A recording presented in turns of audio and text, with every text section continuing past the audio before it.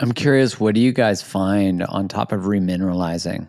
Just based on your experience of diving into, as an athlete, as a scientist, what can people do that you think are the fast is maybe the wrong word, but the ways that they can get back into alignment or remember who they are? For me, it's like you got to look at the base of where you're at currently. And you got to look at, like what I was saying earlier, like you got to look at, Maslow's hierarchy of needs in that space, and really that environment that you're in. We were talking about it the other day. It's like, what are your thoughts? What are you actually telling yourself that is potentially not true?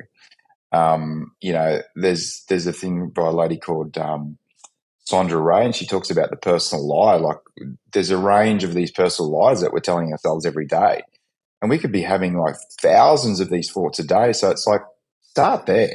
That's my biggest thing start there. And then obviously for me, personally, is like looking at those traumatic experiences that I carry on through my life that, I have to take responsibility for those. And those are, like, I call them the vortexes of traumas, right? Like there's a vortex of all these mirrors on it, and they're the same traumas that have happened throughout my whole life that keep replaying back to me. And I either catch them in 1 minute or 1 second or 10 seconds, or they carry on for a day. And it's sort of like one of those things for me is just try to be actually a lot kinder to yourself. That's the first thing.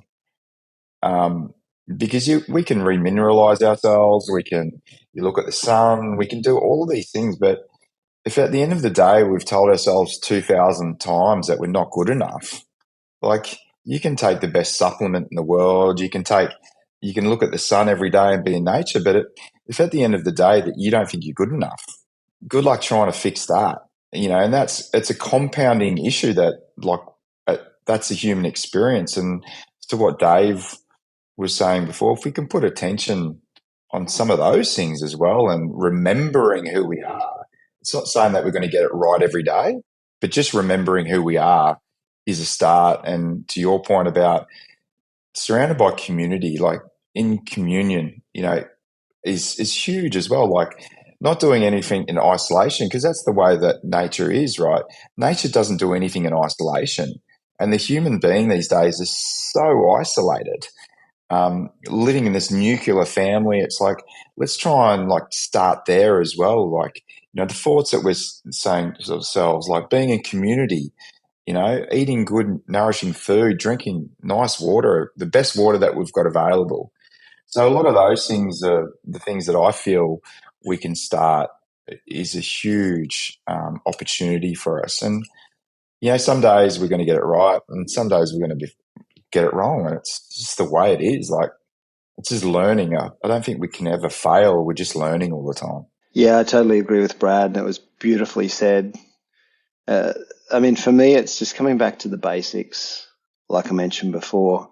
I know for myself, when I wake up in the morning, there's just that instant joy because I know I've got another day on this beautiful planet.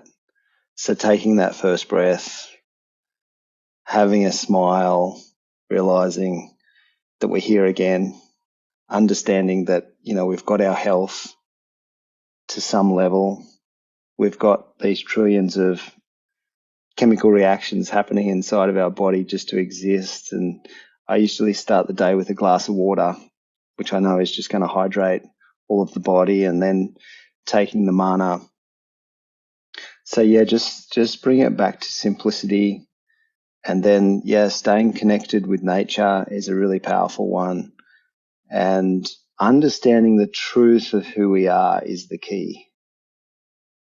Because once we understand that, once we understand our connection to all of life and the fact that we are that infinite, eternal awareness, then from that space, everything truly is a blessing. We can be thankful for everything, regardless of what's happening, because, we get to experience it. And once we tap into what it takes for us to actually experience that and understand that, sure, our mind's going to step in, our emotions are going to step in and want to create right or wrong or good or bad. And that's all experience as well. And it's difficult. It's difficult when we're having down days or we've got those negative thoughts coming in. But just going back to gratitude for existence helps with those negative thoughts, because gratitude and negative thoughts can't coexist.